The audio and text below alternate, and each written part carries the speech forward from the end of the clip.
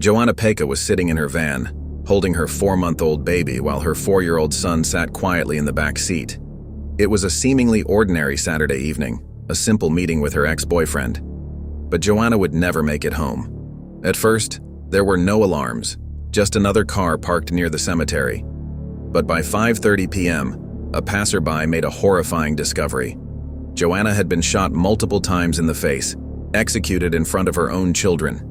The killer was Benjamin Williams, her ex-boyfriend and the father of her youngest child. And for over 3 years, he remained on the run. Welcome to Urban Crime Stories. Please subscribe to the channel and hit the notification bell for upcoming episodes.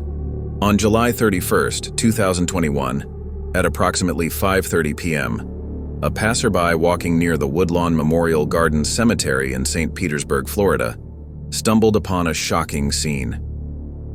Near the corner of 60th Street South and 1st Avenue South, the passerby saw a woman sitting lifeless in the driver's seat of a parked vehicle. The most chilling part of the discovery was that she was holding a baby in her arms, while another young child sat in the back seat. Overcome with fear and urgency, the passerby immediately dialed 911, reporting what appeared to be a horrifying crime. St. Petersburg police arrived swiftly at the scene, where they confirmed the woman's tragic fate. She was identified as 27-year-old Joanna Peka. She had been shot multiple times in the face at close range, leaving no chance of survival. Despite the brutality of the attack, her 2 children, her 4-month-old baby whom she was holding and her 4-year-old son who sat in the back seat, miraculously survived the ordeal unharmed. However, officers described the 4-year-old as visibly frightened, his young mind unable to comprehend the horror he just witnessed. With no immediate way to contact Peka's family, authorities worked tirelessly to reach them. Multiple attempts were made through phone numbers and email addresses, but it wasn't until Monday, 2 days after the murder, that they finally established contact. By then, the case had already drawn public attention, leaving many questioning the circumstances surrounding Peka's death. Investigators quickly worked to determine who could have committed such a violent and merciless crime. Their efforts led to a breakthrough within a short period.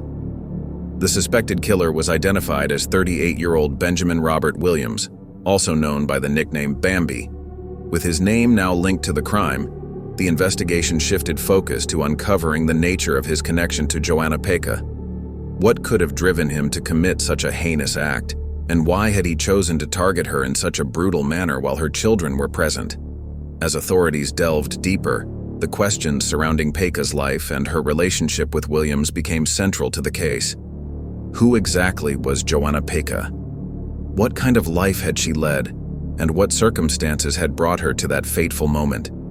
More importantly, what kind of relationship did she have with Benjamin that made him believe killing her was his only recourse? Investigators began piecing together the events leading up to Peka's murder, looking for any evidence that could explain the motive behind the crime. They examined her past, her acquaintances, and any possible conflicts she may have had. As details emerged, it became clear that this was not a random act of violence. Instead, it was a targeted attack, one with roots in Peka's personal life and, potentially, a deeper conflict between her and Benjamin. Joanna Peka was born on April 10, 1994, to her mother, Eleni Peka. She was a loving and caring daughter who meant the world to her family. Those who knew Joanna described her as a beautiful and gifted young woman, someone with intelligence, talent, and a bright future ahead of her. She had a natural ability to bring joy to those around her and was always considered a good friend. Her friends recalled how much she enjoyed taking photos with them, cherishing the memories they made together. However, the promise of her talents and the life she could have lived was tragically cut short before she had the opportunity to fully share them with the world. On the other hand, Benjamin Williams had a starkly different background. Born in 1983, he was a man with a violent history and a lengthy criminal record. According to law enforcement, Benjamin was connected to several open homicide investigations, making him a known danger to the community. Police had deemed him armed and dangerous, emphasizing the threat he posed. His run-ins with the law stretched back decades. In 2007, he was arrested on charges of attempted murder and strong-arm robbery, but those charges were ultimately dismissed. Benjamin's criminal record in Pinellas County spanned nearly 20 years, with arrests for a range of offenses, including grand theft auto, possession of drugs with intent to sell, robbery, and fleeing from police. Most recently, in January 2020, he had been arrested on charges of being a felon in possession of a firearm. However, the state attorney's office chose not to prosecute, allowing Benjamin to remain free. His history painted the picture of a man who had repeatedly found himself on the wrong side of the law, yet managed to evade long-term consequences for his actions. Despite his criminal background, Benjamin and Joanna became romantically involved, and their relationship eventually led to them sharing a child. However, their relationship did not last. At some point, Joanna and Benjamin separated. Although their romantic involvement had ended, the two remained connected through their child, which led to their final tragic encounter.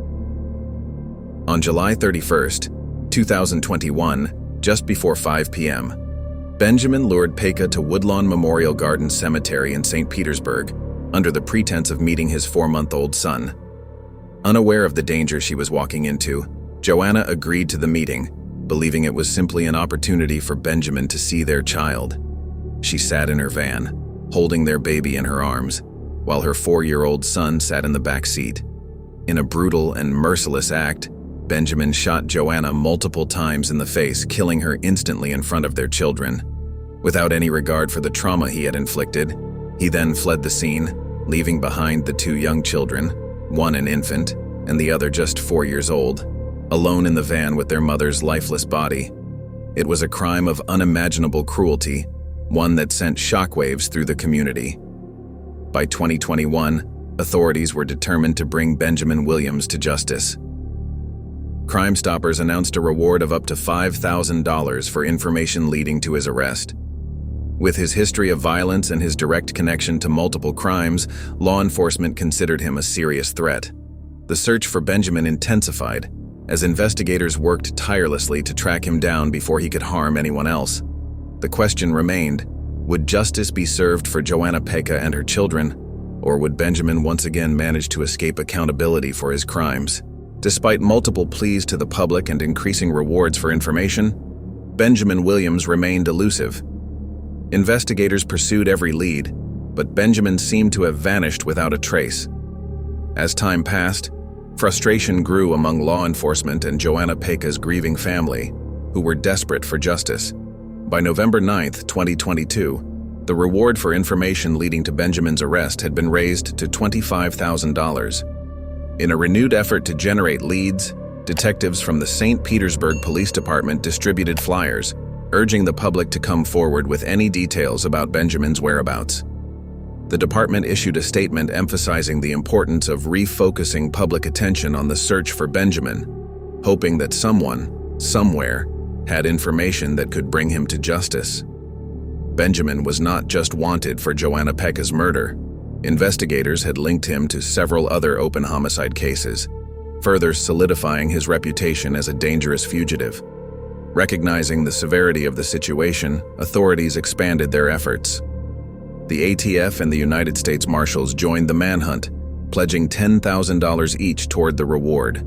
This brought the total amount to $25,000, a significant incentive for anyone willing to provide information leading to his capture. Despite the intensified search, Benjamin remained on the run. Every potential sighting led to a dead end. Every tip failed to bring authorities closer to his location. As months turned into years, the case grew colder, and the families of his victims were left with no closure. For 3 years and 3 months, Williams evaded capture, leaving behind a trail of unanswered questions and lingering fear within the community. As time passed, frustration mounted. How had a man with such an extensive criminal history, wanted for such a brutal murder, managed to disappear so completely? Law enforcement agencies remained vigilant, continuously following up on leads, but Benjamin always seemed to stay one step ahead. Some speculated that he had left the state, possibly even the country, while others believed he was still in hiding somewhere nearby, protected by those unwilling to turn him in. Then, in November 2024, after more than 3 years of searching, the long-awaited breakthrough finally came. In 2021, As the search for Benjamin Williams stretched on, true crime content creators helped keep the case in the public eye. One of them was a known TikToker with over 3 million followers. The TikToker dedicated their platform to sharing unsolved cases and raising awareness about crime victims. That year, the TikToker posted a video detailing the murder of Joanna Peka, just as they had done for many other cases. The video remained on their page for 3 years, seemingly unnoticed by anyone with a lead, until 2024. In November 2024, an unidentified individual living in Mexico happened to come across the TikToker's video.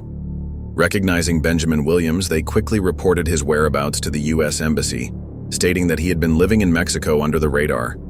Authorities immediately launched an operation, working with Mexican law enforcement to track down the fugitive.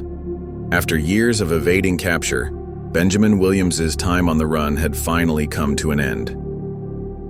On Saturday, November 30th, 2024, Benjamin Williams was arrested and charged with first-degree murder for the 2021 killing of Joanna Peka. Along with the murder charge, he faced 2 counts of child abuse for the trauma inflicted on the 2 young children who had witnessed their mother's brutal death. The announcement of his arrest on December 3rd sent a wave of relief through the community, particularly for Joanna's family, who had waited over 3 years for justice. On December 5th, 2024, St. Petersburg Police Chief Anthony Holloway publicly acknowledged the critical role the TikTok video played in Benjamin's capture. Without the video resurfacing at the right time, Benjamin might have remained in hiding for even longer. The case became a powerful example of how social media can serve as a tool for justice. In an era where information spreads faster than ever, platforms like TikTok, often dismissed as mere entertainment, had proven their ability to help solve real-world crimes. By using her influence to keep the case in the public eye, the known TikTok played a direct role in ensuring that Peka's family found some measure of closure.